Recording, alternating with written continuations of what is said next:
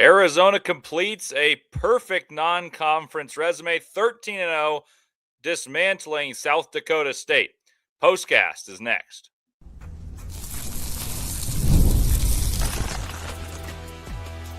You are Locked On Wildcats, your daily podcast on the Arizona Wildcats. Part of the Locked On Podcast Network, your team every day. Hello and welcome into Postcast. Leif Thulin with you here. Arizona, 13-0, perfect non-conference, number one in the land, and we head to Big 12 play with a chance at something special. Arizona has the chance to do something very few teams have done, and they've done it in dominant fashion. They flashed a stat at the end of the game, 8 straight games won by 20 or more, and that is exceedingly rare. I don't know how often that happens, and it's got to be very rare, but Arizona not only winning close games early in the season, figuring out their identity, but they're getting better, and that's what it means, and that's when you need to peak in Big 12 play. Let's touch on my takeaways right now, and having lighting issues, but that's okay. Takeaways. Koa Peat was my takeaway. For those of you listening to the previews, the everydayers, you know I've been saying I'm really eager to see when Koa Peat has the game that says, yeah, I'm that 5-star that's going to be a lottery pick, and this team plays best when it's ran through me. And early and often, Koa Peat was featured. He had 16 points in the first half, and I talked about as one of my keys, Koa being aggressive. He's only shot 10 or more times this season, 6 times out of the 12 games prior. Well, he had 9 attempts in the first half, which is exceeding his total many, many times. So Koa Peat was my standout performer, and I wanted to see that. I wanted to see the emphasis placed on Koa Peat being the guy. Koa Peat being put in the spots that make the defense most scared, that make the defense bend to his will, and then the other players play off of his aggression. Koa Peat had 19 points and 14 boards, 3 assists, and I felt like he took the foot off the gas in the second half, and that's okay. He was accompanied in double digits by the rest of the 5 starters. Bradley with 13, Burries with 14, Karchenkov with 12, and Krivas with 13. You also had double-doubles from Krivas with 13 and 11, and then Tobe Awaka had 10 points and 7 boards as well. Koa Peat is doing his thing. And then one more double-double, you don't see this one as frequently, is Bradley with 13 points and 10 assists. The balance we've talked about. The top 8 of Arizona is as good as anyone's. Arizona's top 8 is the best in the country, and you're seeing that. It's 6 players in double digits and 3 players with double-doubles. And it all starts with everyone can beat you. You can live with a game where it's not Koa Peat sharp, but Koa Peat being sharp and being aggressive and being placed in the spots that are most threatening for the opposition was very important to me before heading into Big 12 play, because early in the season, you saw him against Florida score 30. You saw him against UConn score 16 and 12. Koa Peat is the best player in Arizona. I still think Jaden Bradley is the most important. Those two are different because Jaden Bradley and his experience at the point guard spot and the intangibles he brings are hard to replace. Koa Peat, you lose him, let's say, for a game with foul trouble, and Tobe Awaka can dominate on the glass. You don't have someone of the same ilk as Tobe Awaka replacing the production of Jaden Bradley the way that Tobe can do for Koa. But Koa Peat, make no mistake about it, is the engine for Arizona, and he's the guy that I expect to take the most responsibility for the offensive outbursts against Big 12 play. Big 12 play, we'll touch on that later. Let's go to the other takeaways really quickly. Arizona shot the ball very, very well early. They started 5 of 11 from 3 in the first half, but 5 of 6 to start and then cooled off. You could say the same about the whole first half. Arizona finished 50%, but missed 9 of their last 10 shots. So they finished 15 of 30, but started 14 to 21, which is 67%. So that, you're bound to regress to the mean in that case. But Arizona is able to go on these onslaughts. And when they shoot the ball well, no one's going to stay with them.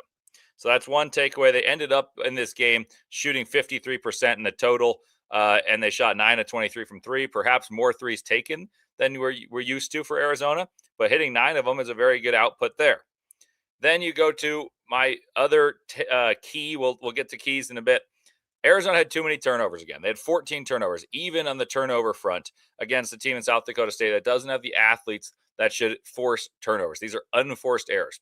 They had 8 in the first half. It didn't yield too many points off of those turnovers, but Arizona should not have as many turnovers as a team like South Dakota State. They don't have the athletes to force those turnovers. They don't play a scheme that forces turnovers. So Arizona needs to clean that up. They had 19 turnovers in a game against Abilene Christian. They had 10 in the first half against San Diego State.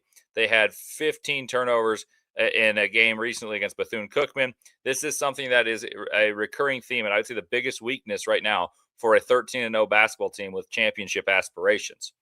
And then I would say this goes hand in hand with Koa being aggressive, but Peat was featured in the right spots. And when South Dakota State went zone, they were able to punish the zone. His passing and his presence really did a good job there. And Arizona was able to lock in defensively in the second half at times and force turnovers. They have Karchenkov and Burries doing a really good job there. And Mo Krivas deters everything. And you guys, I'm sure the everydayers and maybe some of you guys are just like, oh, he repeats himself all the time, altering the shot diet. That's what Mo Krivas does. But not often does it turn into a lot of blocks. Today it's 6 blocks. But here's a stat that really illustrates my point that I've been saying since before the season of why I think Krivas is so important to this team. Krivas is someone that a couple of years ago in 23-24, he played, those games. And last year he played 8 games. You look at that, he allowed the other team to shoot 36% from 2. 36% from 2, which are usually close to the basket shots when he's in. Well, he's gotten better. He's gotten more impactful, and he plays more, so the number's probably higher. But in this game, in the first half alone, South Dakota State hit 6 of 9 threes. 6 of 9 threes, and Arizona was still up 16 points. That's very difficult. The other part of that is you're up 16 points despite a team shooting 67% from 3, but let's do some math. If they shoot 6 of 9 from 3 and they're shooting 12 of 30, that means they've been 6 of 21 from 2. And Mo Krivas had 6 blocks. His impact is monumental on the interior. And the defense of Burries, and I want to credit a Twitter account called Burries Muse. And I've said, and people will remember this, when Burries was only scoring 7.8 points per game in his first 5 games as a Wildcat, and he was struggling with efficiency, I said he was guarding his tail off. Like, he was really guarding. Burries, once again, got in the passing lanes of deflection. I've told you guys 1,000 times, my favorite player on this team is Ivan Karchenkov. I love the way Ivan Karchenkov plays. And Ivan Karchenkov and Braden Burries got in passing lanes. They were disruptive. They are difficult to play against defensively. And both these guys were scoring well. Burries, 14 points, 4 of 9 from the field, and he made 4 free throws. Karchenkov, 12 points, 3 rebounds, 2 assists, and it just is an irritant defensively. He does a great job. And you know me, I love my stats. So points in the paint, 46, free throws made, a lot of those too. Arizona did their thing, no doubt about it in that regard. We'll touch on that and a lot more. So 46 points in the paint and 24 free throws made. That's 70 points right there for Arizona out of their 99. So 70% of their offense, once again, paint-oriented points. Very difficult to beat a team who can do that as well as defend at the rate Arizona does. Coming up next, we're going to touch on the keys I laid out for this game to win by 30. They didn't quite win by 30, but more or less. We'll touch on that and what's ahead in Big 12 play. All that and more on Locked On Wildcats postcast.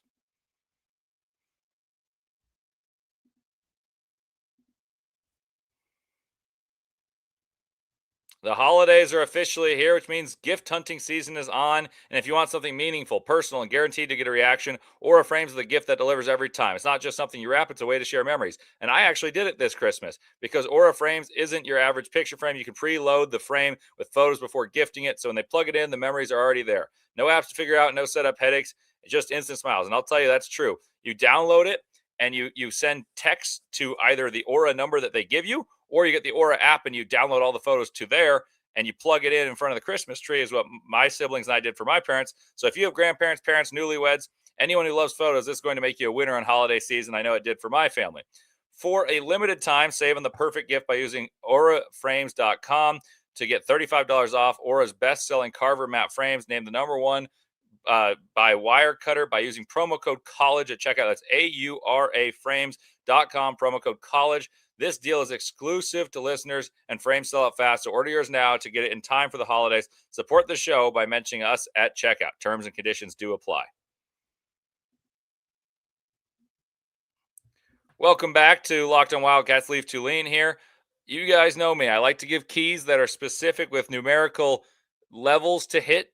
And if you achieve those, it's important. So the first key I had was continue to dominate the glass at a level that makes the possession battle lopsided. And I said in a game versus a smaller team like South Dakota State, 70 that, and they do a great job rebounding. I want to preface that. They rebound 73% of the opponent's misses. So I wanted to see Arizona get 15 to 18 offensive rebounds and 15 second chance points. Let's see what they did. In terms of offensive rebounds, Arizona had 12, so they did not. However, they were efficient on second chance points, which they haven't been all season, and they got 16. So 1 for 2 in that. Now let's go to the next key. My second key they achieved, and this is the one I talked about as my biggest takeaway.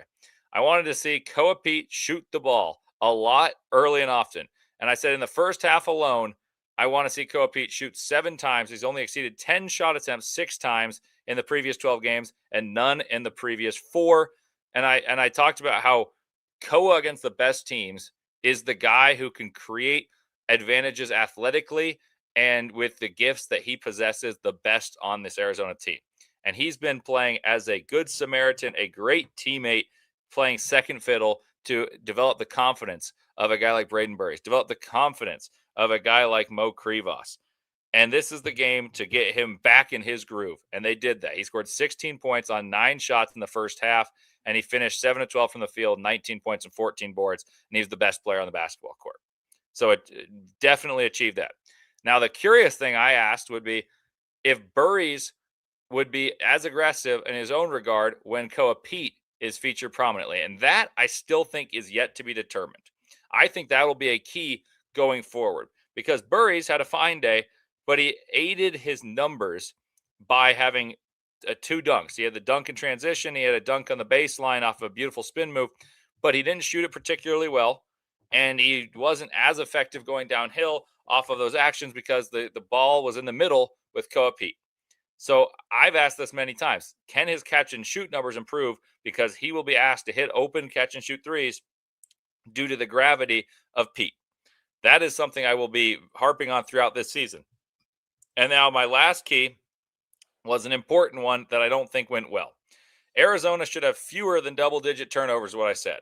And I said after displays of sloppiness against a high-pressure team like San Diego State, where they had a really good game plan, where they forced Arizona into 10 turnovers in the first half, that was chalked up as a bad half.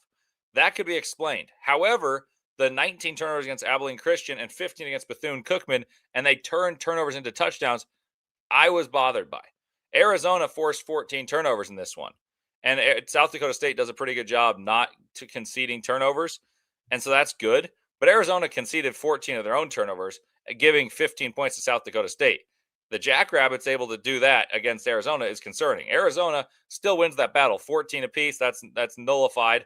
But then Arizona gets 18 points off of turnovers, so they win that, but only by a little bit. So possession-wise, that's even, 14-14. That's a net of 0. Rebounds, Arizona won by 15 and only by 3 on the offensive glass. So Arizona did get more possessions, and they made a living at the free throw line. They shot a high percentage in this game. A lot of things went well, but the turnovers and the offensive rebounds were not as good as Arizona is accustomed to. And I want to give credit to South Dakota State. Like, Gary can shoot the heck out of the ball. He was 4 or 5 from 3, but every time he touched it, that looked good. 18 points from Jackson. Jackson went 3 of 10 from 3, but you felt like he could have gone 6 of 10 very easily. Arizona had 9 threes in this one, and they had good looks, but you feel like in a game like this, you've got to establish more dominance in the interior throughout the entirety of the game. There was moments of it. There was times of it, but Awaka and Krivas, I didn't feel were as dominant on the glass. I thought Koa Peat took his foot off the pedal in the second half. I thought Jaden Bradley did a nice job game managing, didn't push the pace and get downhill in the second half. And South Dakota State was able to thwart some of the offensive ability to get inside. Arizona, like I said, scored 46 points in the paint, and they had 24 free throws, which comprises 70 of 99 points. And like what we've talked about, Arizona's recipe is score nearly 60% of their points from 2, another 20 from the free throw line, so they usually score about 80%. Today it was 70%, but they scored 99 points, and that's more than enough to beat teams. I thought defensively Arizona was okay. they allowed a team in South Dakota State who shoots it pretty well from three to hit 10 threes. I did say the 6-9 first half, it was unlikely that Arizona would allow very many threes in the second half, and they didn't for the most part. They allowed two very late in this game, finishing up at 10-22 did the Jackrabbits, meaning that in the second half, they went 4 of 13, which is respectable but not great. Arizona, undefeated, 13-0, winners of 8 straight by 20 or more in what was a gauntlet of the non-conference. Projected by Ken Palm to be 9-4 or 8-5, depending when you looked at it. Projected by just about everyone to be 10-3 at best. 13-0 and have a chance to start 7-0 in non-conference play. We're going to talk about in conference play, and we're going to talk about conference play next on Locked On Wildcats.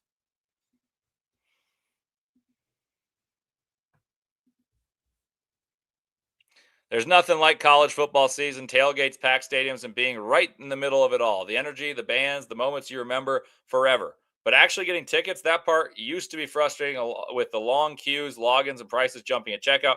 That's why Gametime gives the advantage back to the fans. It's the easiest way to unlock amazing college football tickets and experiences in just a few taps. The app is incredibly easy to use. I went from browsing to buying tickets in just minutes. I love being able to see the view from my seat, the exact view from where I'm sitting before buying, because I'm a sports fanatic, you're a sports fanatic, and there's nothing worse than having your view obscured. So I knew exactly what I was getting when I watched the U.S. Open a couple summers ago, and I used Gametime for that. Take the guesswork out of buying college football tickets with Gametime. Download the Gametime app, create an account, and use code LOCKEDONCollege for $20 off your first purchase.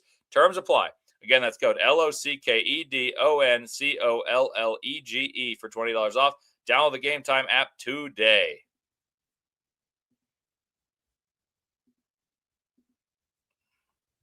Welcome back to Locked On Wildcats postcast. Arizona 99, South Dakota State 71. It's about what we expected. It was a basically 30-point win. That is what we expect in these type of non-conference bye games. It's conference play now. And I think Arizona is the favorite in the Big 12. If I had to pick, you guys can write this down and fact check me later. I think it is Arizona, Houston, and Iowa State as the 3 best teams, which is what the standings would say. I know that's not super bold. I do think Iowa State is outperforming what I think is sustainable, in the sense that Iowa State is shooting an unbelievable rate from 3, namely Milan Momcilovic. And should there be regression there, they have fewer options to turn to than in Arizona or a Houston. So I think it goes Arizona, Houston, Iowa State, top 3 in the Big 12. I think BYU is 4th. I think Kansas is 5th. I would go fairly confidently that Texas Tech and Kansas are 5 and 6. I think there's some sort of debate there. Texas Tech has perhaps the best 1-2 punch in the entire country, but the rest of the team leaves a lot to be desired for me. I think they fall to 6th, even though they're picked 2nd. 7th, I think, is Baylor, and boy, is Baylor a topic for discussion. And I see some of people in this saying Texas Tech very good too. I'm very well aware of how good Texas Tech is. They were very good last season. I loved them last season. Took them to the Elite 8, and they were moments away from beating Florida.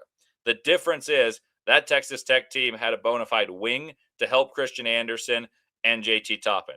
This team has very inconsistent wing play from a guy by the name of Lawan Watts, who wants to play bully ball as opposed to stretch the floor. And Tyree Bryan's been out, meaning that they need a guy named Petty, a freshman who's undersized, to step up and play big minutes against bigger guys. It's hard to ask in a physical conference for a freshman who's diminutive to do so next to a ball-dominant guy like Christian Anderson, as well as JT Toppin. I love McCaslin. I think he's fantastic. BYU, I don't trust their defense yet. AJ DeBonsa is fantastic. Kansas can be good. They can be steady and defensively, but they can't compete to win a Big 12 championship unless Darren Peterson is right. And that's how good this conference is, because Kansas, without Darren Peterson, is still a top 16, 17 team in the nation to me. But if they have him, they can really compete. And that's my top 7. I think those are the 7 best teams, with Baylor just gaining James Najee. You guys heard the show today. And the one coming out tomorrow morning also touches on that in a roundtable with Big 12 hosts, including Locked On Baylor's host, Cam Stewart, breaking down that edition and just the legality of it all. But let's get back to Arizona. I think Arizona's the best team in the Big 12. I think they're the best team in the country. They have the best top 8 in the country. Now, what does Arizona need to improve going into Big 12 play? The biggest thing I would say Arizona needs to improve going into Big 12 play is turnovers, because they can out-rebound people, but you give away the numerical advantage of possessions when you turn the ball over, especially unforced errors. Secondly, I think Arizona, everyone's going to say shooting. I don't think shooting matters that much for Arizona. There's going to be a day where they shoot poorly from three and perhaps they lose to a very good basketball team who can keep Arizona off the glass. That can happen. But bad shooting nights happen for everyone, especially teams that shoot more of them. The thing will be is, can Arizona consistently dominate the glass at the level that they're doing right now against the big teams in the Big 12? James Najee joins Baylor. Bryson Tiller and Flory Badunga rebound very well for Kansas. JT Toppin is a monster on the glass, but he's kind of a one-man show in that. You look at BYU, Keba Keita can really board, but they just added a G League center as well, named Amir Abdullah. And then you look, Ahmed Abdullah. Amir Abdullah is a running back. Then you look at a team like Houston. They're known for the rebounding prowess. They've got a little bit of a youth to them this year, as opposed to the KG vets and super strong vets that they have had in years past. And then Iowa State has Blake Buchanan and Joshua Jefferson. So can Arizona win the possession battle of rebounds plus turnovers forced enough to continue to dominate the glass and therefore get easy baskets off of turnovers as well as second chance points? That's the question. If they shoot well from three, that really helps. But honestly, I think Arizona's shooting too many threes right now and straying from their identity, because I think they're trying to develop confidence from guys like Del Orso, like Karchenkov, like Burries, so that they're ready for the days they need to hit threes. But there won't be many they need to hit threes, because this defense is elite. This defense is fantastic. Let's go to KenPom, see what the defense yields this year. I like to do this to check in. Arizona, number 2 on KenPom right now, 10th on offense, 2nd on defense, conceding 91 points per 100 possessions. That's fantastic. And offensively scoring 125.2 points per 100 possessions with a net rating of 34, which is right on par with the 4 Final Four teams and 4 number 1 seeds from last year. Arizona is a very good basketball team. And the crazy thing is, 4 of their 8 players that play big minutes are freshmen, and that's exceedingly rare for teams that have the success level against not only just beating chumps to go 13-0, but they've won 8 games by 20 or more and 6 games against very good basketball teams, and 5 of them against ranked opponents. Arizona has performed admirably in a gauntlet, and if you go click on their team on KenPom, I'll do it for you guys. Arizona on KenPom is projected now to go 28-3. Before the season, they're projected to be 21-10. The analytics really like the Wildcats. I really like the Wildcats. You guys really like the Wildcats. I'll be at their next game. It's at Utah at the Huntsman Center. Arizona projected to win 90-72. I've said this to the everydayers. I think Arizona will revisit this. I thought Arizona would be top 10 offensively, top 20 defensively. But I've said this since probably the UCLA game, maybe the UConn game, that Arizona is better on defense than they are on offense, and that is a good thing, because Tommy Lloyd's offensive worst team was 11th. Basically, you're going to be a top 10 offense at worst, and you could be higher. Now, if you're a great defense to supplement that, say you shoot poorly, the other team has a hard time scoring. You're going to rebound a ton because you score 80% of your points from within the paint or free throws. Like, Arizona is very difficult to beat because their recipe is super reproducible. And then you look at this. I thought that they'd be very good in terms of rebounding. Well, right now they have yet to be out-rebounded, and they've won most of them by 10+. And you look at the offensive rebounding rate, they're great there. And then you look at tempo a little slower than I thought, 41st as opposed to the top 20. Ryan Hammer came on. He said, I don't think they can be as good defensively if they play as fast. He's not necessarily wrong, because they're not playing quite as fast, but they're way better defensively than they are slow. This team can win in a lot of different ways. The other thing I said is that they can win their next 7 games as well and start 20-0 in the season for the first time since the 2014 team led by Aaron Gordon. And, you could make the comparison between he and Koa Peat. I don't think those teams are terribly dissimilar. Well, Arizona's favored to win by 18 against Utah, and that's on Saturday. Then on Wednesday, back at McHale, favored to win by 21 against Kansas State, and Kansas State's best player, Haggerty, is suing the school. Then there's TCU on the road. That is a tricky game because I think that Jamie Dixon is a fantastic coach, and TCU beat Florida and played Michigan closely. Arizona's favored to win by 9. You play Arizona State at McHale, favored to win by 21. Then UCF, far travel, but not a particularly great team. Athletic, though, 87-77 is the projected score of that one. Then Cincinnati and West Virginia at home to finish that 7-game stretch. At worst, I see Arizona going 6-1 and being 19-1. I think Arizona should be 20-0. And then they go travel to Provo, a very hostile site. I'll be at that game as well. And they're projected to win, as of right now, 82-81. Arizona's first loss in Big 12 play, which I think is the best conference in America, is nowhere. The loss is not there on KenPom. The projected record is not going to say undefeated. It says 28-3. The chance of an unbeaten record per KenPom is 1.8%. But KenPom does not have Arizona losing any games.